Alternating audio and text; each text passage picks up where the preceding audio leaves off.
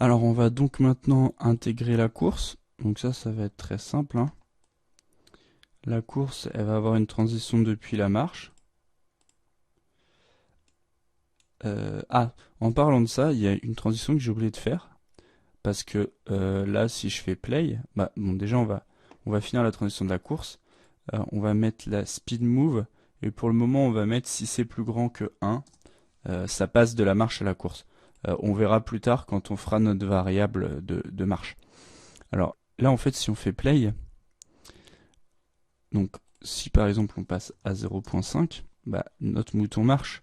Mais si on le repasse à 0, il va pas en attente. Du coup, il faut mettre une transition dans l'autre sens, qui est si la speed move est inférieure à 0.1, bah il retourne quoi. Et pareil pour la course, make transition, hop, et si la speed move est inférieure à 1, notre mouton marche. Et alors pour le saut, euh, donc il va falloir rajouter encore une condition sur cette transition. Il va falloir que le speed move soit inférieur à 1. Parce que si le speed move il est supérieur à 1, bah ça va là-haut. Donc là, hop, exit time, donc comme d'habitude à 92 je crois. Et il faut que le speed move soit soit supérieur, pardon, à 1. Comme ça, notre mouton peut marcher et courir. Donc par exemple là, le mouton, hop, il marche, puis il court, puis il peut remarcher s'il veut, hein. Alors, tiens, ah oui, mais parce que j'ai passé par 0 en fait. C'est pour ça que c'est passé assez. Mais c'est normal. Hop, 1.2, il court, il saute, il continue à courir. Alors vous voyez que là, la transition du début est un peu... elle est pas assez longue en fait. Donc je vais faire pause. Hop, quoi, je vais faire stop même. Je prends cette transition là et je vais l'agrandir. Je vais la rétrécir un peu, pardon.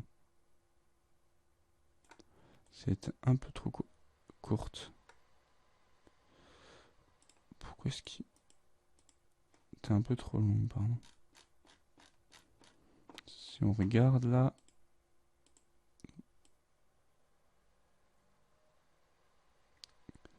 Ah non, elle était un peu trop courte, oui. Il faudrait qu'elle commence qu'ici, en fait, notre animation. Je l'avais pas fait assez longue. Elle était trop courte. Hop. Du coup, voilà. Là, ça devrait être un petit peu mieux. Donc, on va directement le faire courir à 1.5. Et si je le fais sauter, voilà, nickel. Donc ça, c'est un petit peu mieux. Donc, ok, notre mouton peut sauter. Alors, il va nous rester l'animation de défaite. Donc, celle-là, elle est très simple, l'animation de défaite. Il va nous falloir créer un nouveau paramètre en trigger, pareil, qui s'appelle défaite. Si jamais notre mouton, bah, s'il y a défaite, quoi, notre mouton va lancer l'animation de défaite. Donc, n'importe quand, qu'il soit en attente, qu'il soit en saut, qu'il soit en n'importe quoi. Donc, hop, on va faire la transition. Si défaite, balancer la défaite. Voilà, très bien. Du coup, dans l'animation de saut, la condition, faudra faire attention pour lancer le saut qu'il soit pas en défaite, mais ça on le fera dans le code.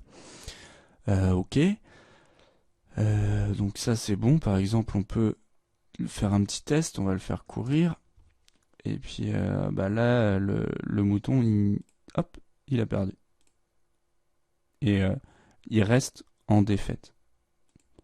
Le, il revient pas dans aucun des autres stades. Il reviendra à 0 quand on redémarrera le jeu, quoi, en gros. Donc ça c'est ok. Donc il nous reste entre l'attente A et l'attente B. Bah, on va faire un truc très simple. On va mettre attente B ici.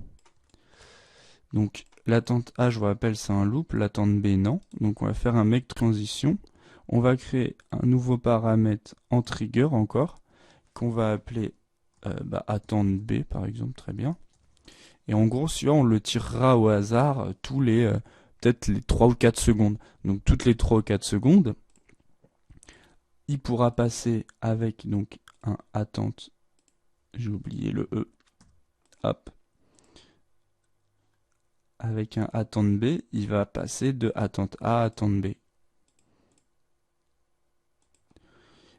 Et ce qui se passera, une fois qu'attente B est finie, il reviendra en attente A.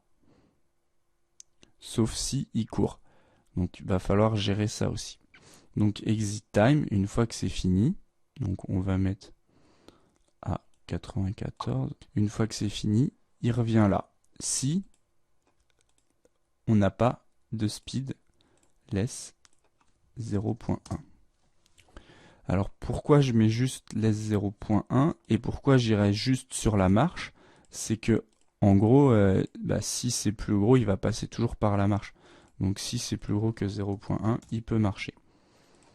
Donc voilà. Et donc, on va pouvoir tester ça. Voilà, là il est en attente. On met la B, donc il regarde le spectateur. Il reprend l'attente. Si jamais il attend, hop, il peut attendre. Et puis on peut passer en 1. Donc voilà, il a marché, il est parvenu sur l'attente A. Si jamais il va encore plus vite, il court, il peut très bien sauter, et hop, défaite. Il est mort. Donc c'est parfait.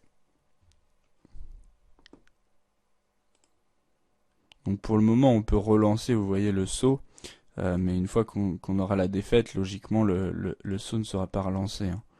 C'est qu'on n'a pas encore toutes les variables d'activer. Et c'est pareil, ça sera impossible de lancer un saut et de relancer le saut plus tard. Donc ok, très bien. Donc là, normalement, notre animateur, il est fait.